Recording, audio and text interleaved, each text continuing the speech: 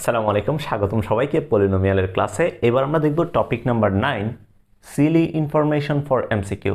এটা তুমি সিলি বলো, সিল্কি বলো, বিলকি বলো, মিল্কি বলো, তোমার যা ইচ্ছা বলো, কোনো সমস্যা নাই। এটা হচ্ছে সিল্কি ইনফরমেশন ফর এমসিকিউ, অর্থাৎ এমসিকিউতে আমাদেরকে কাজে দিবে। সো এখানে কি বলে দেখো, তোমার কাছে একটা দ্বিঘাত সমীকরণ যদি থাকে X square plus B X plus C equals to 0, অবশ্যই এ নট ইকুয়ালস টু 0 হইতে হবে, কারণ যদি এ 0 হয়ে যায় সেটা দ্বিঘাত সমীকরণ থাকবে না, সেটা একঘাত হয়ে যাবে। So A not equals to 0।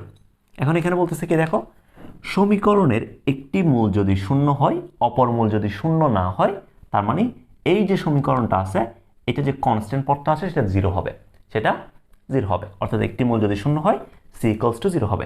কেমনে বুঝলাম সেটা দেখো, সমীকরণের একটি মূল 0, অর্থাৎ আলফা সমান আমি 0 ধরলাম, আর একটা মূল ধরলাম বিটা, রাইট? সো আমরা জানি কি আলফা ইন্টু বিটা যদি আমি করি, আলফা ইন্টু বিটা সমান C by A. So alpha যেহেতু 0, আলফা ইন্টু বিটা সমান কত আসবে? 0 আসবে। 0 equals to C by A and not equals to 0। সুতরাং সি ইকুয়ালস টু অবভিয়াসলি কি হবে? সি ইকুয়ালস টু অবভিয়াসলি 0 হবে। তাহলে একটি মূল যদি শূন্য হয়, অপর মূল যদি শূন্য না হয়, সি ইকুয়ালস টু 0 হবে।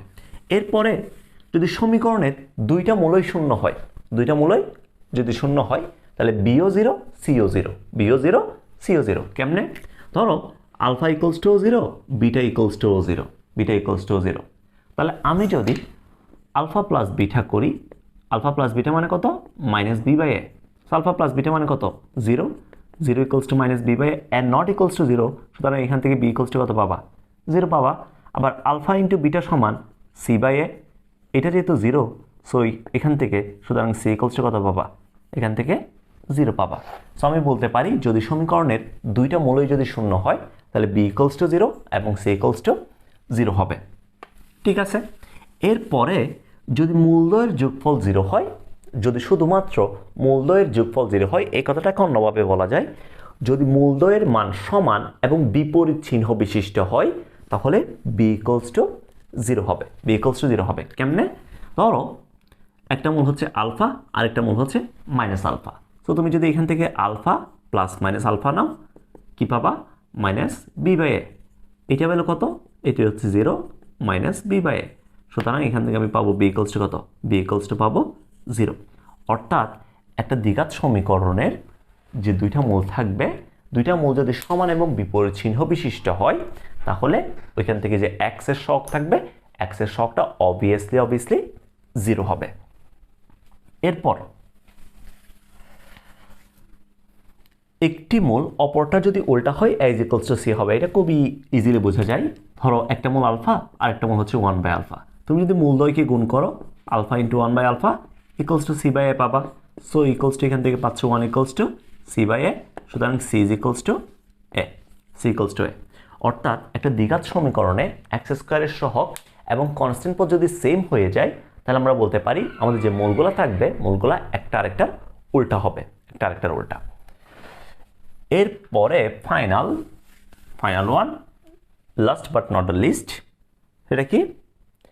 দুইটি মূলই ঋণাত্মক হলে এ বি সি একই চিহ্ন বিশিষ্ট হবে। দুইটি মূলই ঋণাত্মক হলে এ বি সি একই চিহ্ন বিশিষ্ট হবে। সো কেমনে, এই কথাটা কেমনে প্রমাণ করা যায়? আসলে খেয়াল করো কেমনে প্রমাণ করব। দুইটা মূলই ঋণাত্মক, দুইটা মূলই ঋণাত্মক, অর্থাৎ আলফার যে ভ্যালুটা আছে সেটাও নেগেটিভ, বিটার যে ভ্যালুটা আছে সেটাও নেগেটিভ, সেটাও নেগেটিভ। সো খেয়াল করো, তুমি যদি এখান থেকে আলফা প্লাস বিটা করো, এই ভ্যালুটাও কি আসবে? এই ভ্যালুটাও একটা নেগেটিভ ভ্যালু আসবে না? নেগেটিভ ভ্যালু আসবে।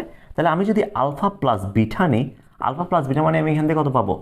মাইনাস বি বাই এ পাবো না? সো আলফা প্লাস বিটা এই ভ্যালুটা কি নেগেটিভ না? তাহলে আমি কি বলতে পারি এটা এখান থেকে মাইনাস বি বাই এ, এই যে ভ্যালুটা আছে এই ভ্যালুটা অবভিয়াসলি 0 থেকে ছোট হবে, এই ভ্যালুটা অবভিয়াসলি 0 থেকে ছোট। এরপরে আমি যদি আলফা আর বিটা গুণ নিই, দেখো আলফা বিটা দুইটাই নেগেটিভ, তাহলে আলফা বিটা যদি নিই শুধুমাত্র আলফা বিটা, এই ভ্যালুটা কি হবে? এটা পজিটিভ, মাইনাসে মাইনাসে প্লাস। সো আমি যদি আলফা বিটা নিই, আলফা বিটা ইকুয়ালস টু কত? সি বাই এ। এখন এইটা যেহেতু পজিটিভ, তার মানে সি বাই এ এই ভ্যালুটা গ্রেটার দেন 0, এই ভ্যালুটা কত? এই ভ্যালুটা গ্রেটার দেন 0। এখন তুমি আসো, আমাদের এই যে এ বি সি একই চিহ্ন বিশিষ্ট হবে, অর্থাৎ এ যদি প্লাস হয় বিও প্লাস হবে, সিও প্লাস হবে, এ যদি মাইনাস হয় বিও মাইনাস, সিও মাইনাস, সবগুলা সেম সাইন বিশিষ্ট হবে। কেন? কেন আসলে এরকম হওয়া লাগবে? দেখো, যদি বি পজিটিভ হয় এ নেগেটিভ হয়, বি পজিটিভ এ নেগেটিভ ধরো, তাহলে বি পজিটিভ এ নেগেটিভ হইলে এই যে বি ভ্যালুটা আছে, বি তো পজিটিভ রাইট, এ নেগেটিভ, সো এই বি বাই এ ভ্যালুটা এখানে একটা মাইনাস আছে সামনে, মাইনাস মাইনাসে কী হয়ে যাবে? প্লাস হয়ে যাবে। আমার এখানে চাইতেছে এই ভ্যালুটা কী হবে? এই ভ্যালুটা কী হবে? বি বাই এ, এই ভ্যালুটা আমি যদি আরেকটু সুন্দর করে দেখাই, মাইনাসটাকে যদি খাই ফেলি, তাহলে মাইনাসটাকে গুণ করে দিলে এখান থেকে পাবো B by A greater than zero, only B by A greater than zero. So খেয়াল করো, যদি বি পজিটিভ এ নেগেটিভ হয়, তার মানে B by A negative value আসতেছে, বাট আমার এখানে কি চাইতেছে? গ্রেটার দেন জিরো চাইতেছে। যদি এ পজিটিভ বি নেগেটিভ হয়, তাও নেগেটিভ আসে, জিরো হবে। তাহলে যদি শুধুমাত্র মাইনাস হয়, দুইটাই মাইনাস হয়, তাহলে প্লাস আসবে। যদি শুধুমাত্র দুইটা প্লাস হয়, তখনই প্লাস আসতেছে, তখনই আমাদের কন্ডিশন স্যাটিসফাই করতেছে। এখানেও দেখো, সি বাই এ যদি দুইটাই মাইনাস হয়, তখনই প্লাস আসতেছে, দুইটা প্লাস হলে তখনই প্লাস আসতেছে, আদারওয়াইজ কিন্তু পসিবল না। সুতরাং আমরা বলতে পারবো এই দুইটা কন্ডিশনকে যদি স্যাটিসফাই করতে হয়, তাহলে এ বি সিকে অবশ্যই একই সাইন বিশিষ্ট হইতে হবে, এ বি সি একই সাইন বিশিষ্ট হইতে হবে। সো আমরা বলবো যদি দুইটা মূলই ঋণাত্মক হয়, তাহলে এ বি সি অবশ্যই অবশ্যই একই চিহ্ন বিশিষ্ট হবে। ঠিক আছে, এখানে যে আমি ইনফরমেশনগুলো লিখে দিছি, এই ইনফরমেশনগুলো সবাই একটু ভালো মতো তুলে নিবা, এমসিকিউতে একটু কাজে দিবে ভালো মতোই। ঠিক আছে, সো এটা আমাদের টপিক নাম্বার 9 ছিল, সিল্কি ইনফরমেশন, বিল্কি ইনফরমেশন। এরপর আমরা আমাদের কিছু প্রতিসম রাশি আছে, প্রতিসম রাশিগুলো নিয়ে দেখবো। সবাই ভালো থাকো, আল্লাহ হাফেজ, টাটা।